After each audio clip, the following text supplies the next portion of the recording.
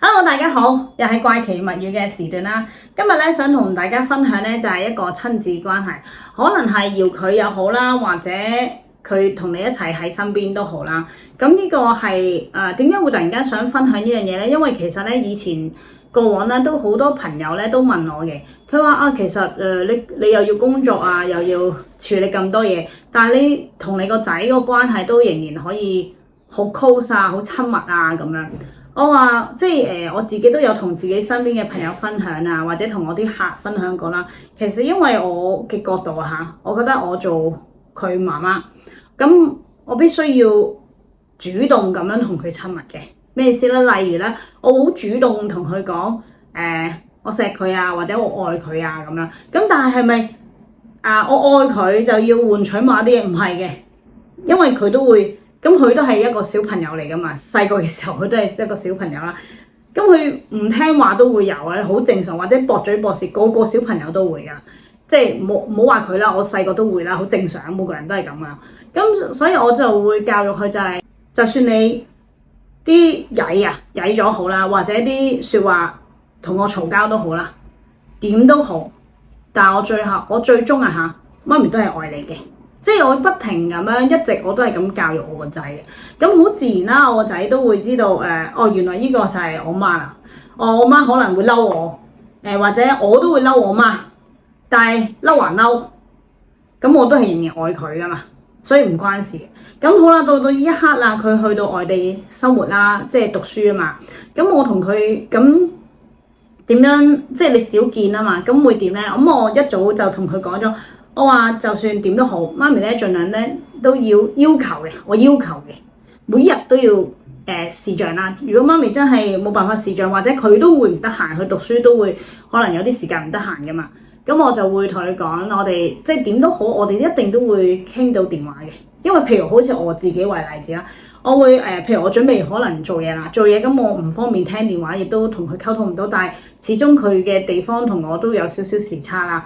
可能我做完嘢嘅時候，佢都瞓覺咯。咁你點咧咁樣？咁我就會提早啲打個電話俾佢，或者如果打俾佢冇人聽啊，咁我都會信息話聲俾佢聽，話俾佢聽媽咪要做嘢啦，或者媽咪幾點先做完嘢啦，預計咁樣。咁如果到時你未瞓，我做 WhatsApp 你睇下有時間你就打俾我啦。如果你瞓咗就由佢啦，諸如此類。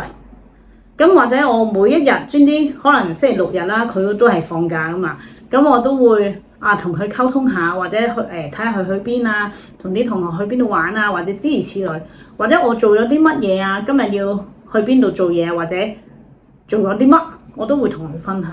即係呢個係我同佢一直以嚟維持呢個關係嘅，任何嘢都可以同佢分享咯。即係我自己發現啦。好多家長好多時咧都唔會分享自己嘅嘢嘅。咩意思咧？即係可能譬如佢有個小朋友啊，佢淨係會佢唔開心都好啦，可能佢淨係講一啲開心嘅嘢俾個小朋友聽。咁呢個行為、態度、動作，咁會教育咗個小朋友咩？咁即係話我都只能夠講一啲開心嘅嘢俾我媽聽，或者開心嘅嘢俾我阿爸聽，我就唔可以講一啲我唔開心、唔舒服嘅嘢同佢分享，唔得。咁變相就會無形之間就會教育咗個小朋友係咁。咁當佢慢慢成長咗啦，即變成一個大人啦，咁佢咪唔會分享話俾你聽，佢可能工作上有咩壓力啊，或者遇到啲咩問題啊。處理唔到嘅時候，佢唔知道揾咩人溝通啊，或者傾訴啊。但係我唔係嘅，我咩都同我仔講嘅，即係我可能做個嘢，做完啲嘢，咁我唔會講內容俾佢聽啦。但係譬如可能我咁啱今日嗰個對象都係一個家長，今日係處理一啲同自己嘅子女關係咁樣，咁我翻到屋企我都會話俾佢聽，我喺人哋身上都即係都留意到我自己同你嘅嘢係點咩啊，或者我覺得原來有啲説話我自己都曾經講過，我覺得好傷害過你嘅，或者諸如此類，我都會同佢溝通嘅，即係因為我自己角度覺得父母並不是絕對嘅啱噶嘛，父母都會講錯嘢噶嘛。父母都會態度唔好噶嘛，父母都會情緒唔好嘅時候啊嘛，都會發脾氣嘅時候啊嘛。咁所以呢個係我自己同我自己個仔嘅相處嗰個模式咯。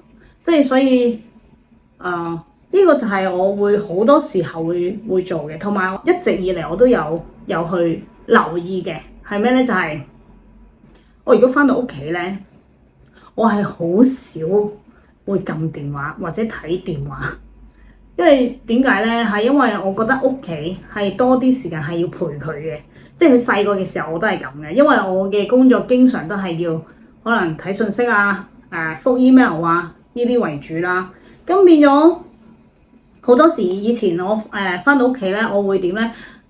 我會撇低個電話㗎啦，我電話我唔係幾睇個電話，即係我翻到去我就會專注同佢玩啦，可能細事啊，譬如佢會同佢玩嗰啲玩啤牌啊，即係嗰啲計數嗰啲嗰啲我唔知叫咩啊，又或者同佢玩下飛人棋啊、象棋啊，即係唔同嘅小遊戲啦嚇。咁呢個就係，所以佢都會習慣同佢阿媽一齊嘅時候咧，我會同佢講嘅，我話你唔好打機啦。或者唔好睇電話啦，咁所以譬如我真係有啲嘢要覆嘅時候，可能我都會同佢講你等我陣，媽咪覆埋個信息先，或者諸如此類。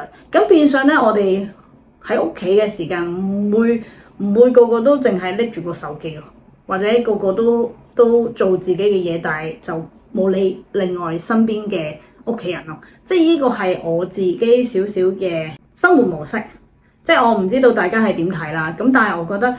我發現好多家長都有問過，尤其是我以前開僱傭公司嘅時候啦，好多家長都理解唔到點解我可以同個仔咁親密咧，因為佢哋同我一樣都係返工啦，之後有工人湊小朋友啦，咁但係咧個小朋友都係親過工人多過親自己啦咁樣，咁所以呢個就係我想分享俾大家聽，其實親子係由細教育開始咯。唔係到佢大個嘅時候，你想同佢親嘅時候，咁時間過咗，好難啊，好難翻轉頭。即係到佢大個嘅時候先同你攬住出街，即係冇可能啊。但係呢啲細個先可以做得到咯。咁少少嘅分享，希望大家可以理解多啲咯。like 啦，share 啦，同埋訂閱啦，唔該，拜拜。